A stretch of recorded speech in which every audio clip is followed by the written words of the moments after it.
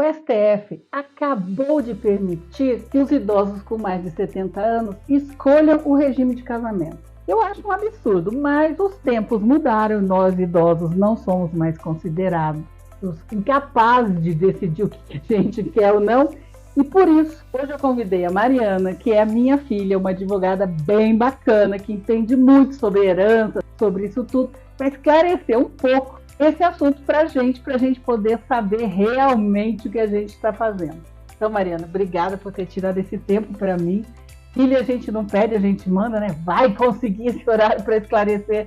E a primeira coisa que eu quero te dizer, eu estou muito feliz que decidiram que nós não somos bobos mais. Com 70 anos você não está senil e sabe o que está fazendo. Isso não é um grande avanço, Mariana? Sem dúvida, é um prazer estar aqui com vocês do Projeto 60 Anos para esclarecer um pouquinho o direito dos idosos e aqueles que querem se casar novamente, querem estar em união estável com as pessoas que amam. E agora, finalmente, o STF reconheceu que idoso não é bobo. O idoso sabe escolher o regime de bens para o casamento. Então é exatamente isso. Então, a gente tinha uma lei que entendia que os maiores de 70 anos só podiam se casar com a separação obrigatória de bens. O idoso não tinha o direito de escolher se ele queria casar com comunhão parcial, ou uma comunhão universal, com participação final nos aquestos. Então agora ele pode optar, mas não é simples essa opção, viu? Deixa eu fazer uma pergunta. O STF decidiu porque ele é bonzinho?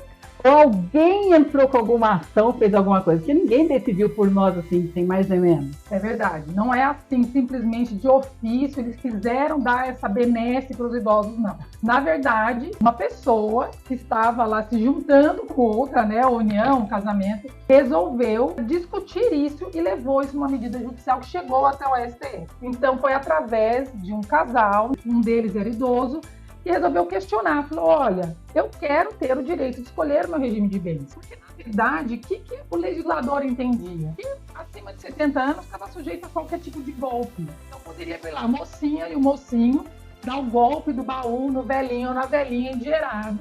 E aí o legislador achava que ele ia dar alguma segurança para esse idoso, afastando esse golpe do baú. Que isso, na verdade, a gente sabe que hoje um idoso de 70 anos nem idoso é. E tem muito idoso de 70 anos muito melhor que aí uma moçada de 40 anos, viu? Eu tô quase 70, nem acredito.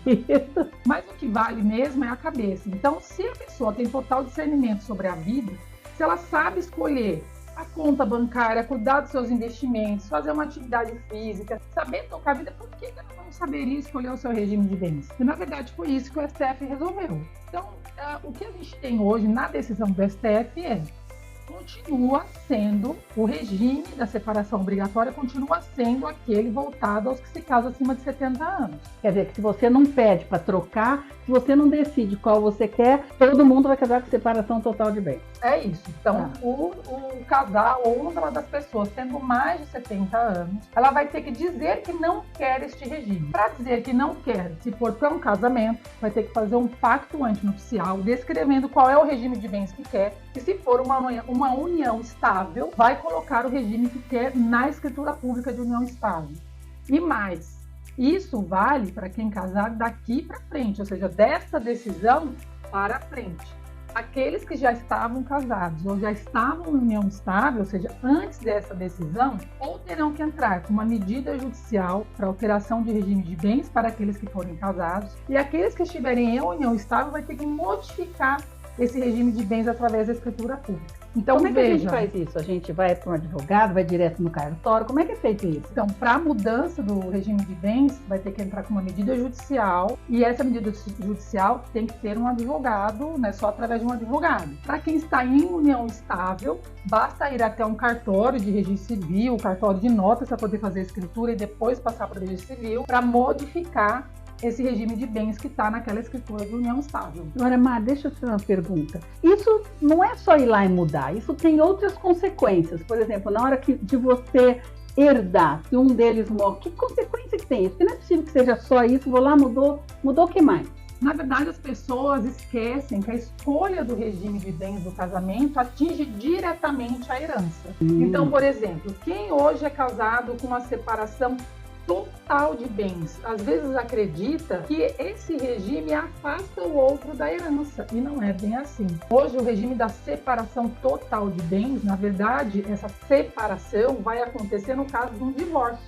Então, se você é casado com separação total de bens e vem a divorciar, então os cônjuges não terão direitos sobre o patrimônio um do outro, quer o patrimônio anterior ao casamento ou posterior ao casamento. Mas, se um desses cônjuges vem a falecer na separação legal, não na obrigatória, mas na legal, aquela que você pode escolher, o outro cônjuge ele é herdeiro daquele que vier a falecer.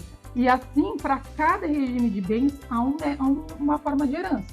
Então, por exemplo, se é casado com uma comunhão universal de bens, o cônjuge que vier a falecer, o outro sobrevivente, ele não tem direito à herança, porque, na verdade, metade dos bens já são dele. Agora, quem resolver se casar com comunhão parcial de bens, o cônjuge é herdeiro daqueles bens que o falecido deixou e que eram dele na época de solteiro, ou antes de casar. Então, vou dar um exemplo básico aqui. A pessoa se casa com comunhão parcial de bens e já vinha com um patrimônio antes do casamento. Se ela vem a falecer, o cônjuge sobrevivente tem direito àquela que era herança para trás. que era antes. Então, tem que tomar muito cuidado com a escolha do regime de bens, porque ela importa não só para o momento do divórcio, mas principalmente para o momento do evento morte que a gente disse. Então, cuidado na hora de escolher. Eu acho que é um assunto tão interessante que eu vou sugerir que a gente comece a falar isso mais frequentemente, porque a gente fica um pouco perdido. E na hora que você está apaixonado, você não fica lembrando o que você tem que fazer, o que não tem. E o povo fica falando, esse velhinho vai querer herdar da outra e tal. Mas a gente pensar que a gente tem mais 20, 30 anos ainda vivendo, a gente não vai morrer semana que vem. A gente tem que pensar muito no futuro, muito nesse tipo de relação, muito nesse tipo de decisão. Então, Mariana, que tal a gente começar a gravar sempre sobre essa parte de herança, o que é, do que não é, do que o filho... Porque tem muito filho que quer embargar, gente, quer falar, ó, meu pai tá senil, ele resolveu casar com uma mocinha, ou minha mãe tá casando com alguém, e ele simplesmente fala, não quero interditar, né, Mariana? É isso mesmo. Então, e outro, existem vários instrumentos necessários para a proteção dos bens. Às vezes você pode fazer um testamento, às vezes pode fazer uma holding, uma empresa patrimonial, pode pensar num seguro de vida, numa previdência privada. Há vários instrumentos para proteger o patrimônio, não só dos nubentes, como com relação também aos herdeiros. Então é importante sim instruir as pessoas para que saibam que não é só no momento do amor que a gente tem que pensar nesses regimes, não. Principalmente porque eles vão ser acionados no momento da dor, ou é do divórcio, ou é pela morte. Então, vamos combinar? Vamos começar a fazer isso? Combinado, gente? Assim, uma vez por semana, ou de 15 em 15 dias, que essa aqui é mais ocupada do que a mãe dela, a gente começa a fazer um vídeo para esclarecer. E você pode ir mandando pergunta para a gente poder ir respondendo quais são suas dúvidas. Se você tem um caso, você quer saber mais ou menos sobre aquele caso, vai me mandando pergunta, tá bom? Obrigada, filha. Combinado. Beijo. Beijo. Até a próxima.